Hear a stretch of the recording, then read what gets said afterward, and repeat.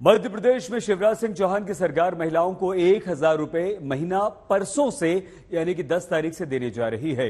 कमलनाथ ने कहा, हम सरकार में आए तो 1,500 रुपए महिलाओं को देंगे।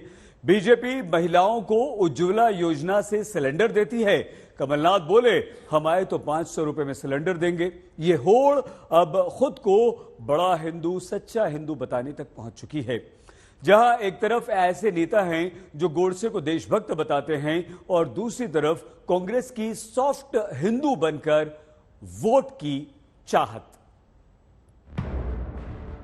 पहले बात होती थी हिंदुत्व की राजनीति की, लेकिन अब एक तरफ है गरम हिंदुत्व, दूसरी तरफ नरम हिंदुत्व। राजनीति के इस नरम गरम वेरिएंट का वर्गीकरण करें तो गरम हिंदुत्व जहां हिंदू राष्ट्र की बात होती है, नरम हिंदुत्व जहां कहा जाएगा कि हम हिंदुत्ववादी नहीं लेकिन हम हिंदू हैं।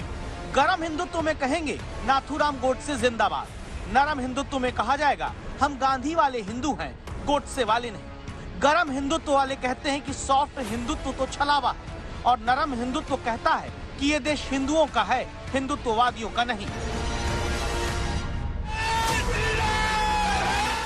राजनीति में किसी को नरम हिंदुत्व सूट करता है, किसी को गरम हिंदुत्व। आप कहेंगे कैसे? तो सुनिए पहले त्रिवेंद्र सिंह रावत को। उत्तराखंड में बीजेपी सरकार के पूर्व मुख्यमंत्री नाथूराम गोडसे को देशभक्त होने का सर्टिफिकेट देते हैं। नाथूराम गोडसे देशभक्त थे, उनकी देशभक्ति पर संदेह नहीं किया जा सकता है। महात्मा गांधी के हत्यारे गोडसे की देशभक्ति में संदेह न करने की बात कहते त्रिवेंद्र सिंह रावत। इसीलिए ये सब कह रहे क्योंकि गरम हिंदुत्व वालों को खुलकर गोडसे देशभक्त लगता रहा है।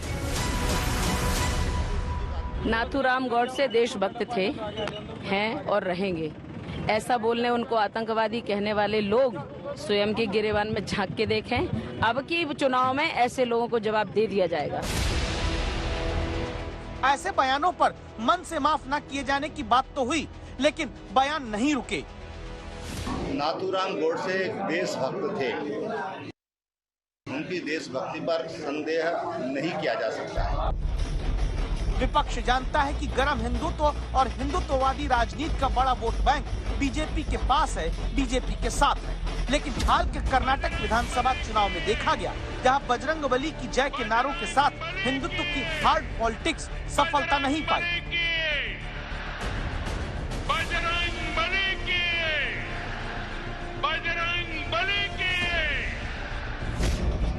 तब सवाल उठा है कि जो नारा बीजेपी से जुड़े हिंदुवादी संगठन लगाते रहे कि गर्व से कहो हम हिंदू हैं, क्या वही अब कांग्रेस को सूट करने लगा, लेकिन गरम नहीं बल्कि नरम हिंदुत्व के साथ। मैं हिंदू हूँ, मैं गर्व से कहता हूँ मैं हिंदू हूँ, पर मैं बेवकूफ नहीं हूँ। ये हमें सोचना है। हम गर्व से कहते हैं हम हिंदू हैं, पर हम बेवकूफ नहीं है। मध्य प्रदेश में कमलनाथ खुद के हिंदू होने पर गर्व जताते जिस सियासी पथ पर चलने निकलते हैं, उसी रास्ते पर कांग्रेस के भीतर आती हिंदुत्व की ये रैली, जहां बजरंग दल पर बैन लगाने का वादा कर्नाटक में करने वाली कांग्रेस मध्य प्रदेश में बजरंग सेना को अपने साथ मिलाती। भगवा झंडे आगे शौर्य के साथ प्रदर्शन करते युवा और बजरंग बली का वेश रूप धारण किए व्यक्ति। ऐसी शोभा यात्राएं यूं तो अधिकतर बीजेपी से जुड़े हिंदुवादी संगठन ही निकालते रहे, लेकिन ये बजरंग सेना की तस्वीरें जो 6 जून को कांग्रेस दफ्तर पहुंचती है, जहां भीतर की तस्वीरें देखकर एक बार जनता भी भ्रम में पड़ जाए कि ये दफ्तर कांग्रेस का है या बीजेपी, वीएचपी या बजरंग दल का।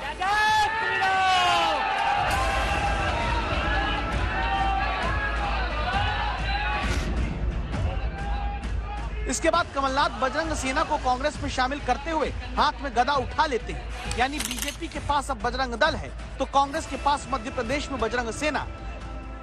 यही कांग्रेस का नरम हिंदुत्व रूप कहा जा रहा, जहां सिर्फ बजरंग सेना को कांग्रेस ने अपने साथ मिलाया ही नहीं, रुद्राभिषेक सुंदरकांड के पाठ का आयोजन कांग्रेस करा रही है। पुजारी प्रकोष्ठ एमपी में कांग्रेस बना चुकी है। मंदिर की जमीन पर हक के लिए आंदोलन की बात कही गई। 230 विधानसभा में कांग्रेस धर्म रक्षा यात्रा निकाल रही। हर जिले में धर्म संवाद कार्यक्रम में धर्माचार्य शामिल किए जाएंगे। बीजेपी की पिच पर ही उतरी कांग्रेस की एक बैट्समैन ऋचा के पास संवाददाता रवीशपाल सिंह पहुंचते हैं। ऋचा गोस्वामी को धर्म और उत्सव प्रकोष्ठ का प्रमुख कांग्रेस ने बनाया है।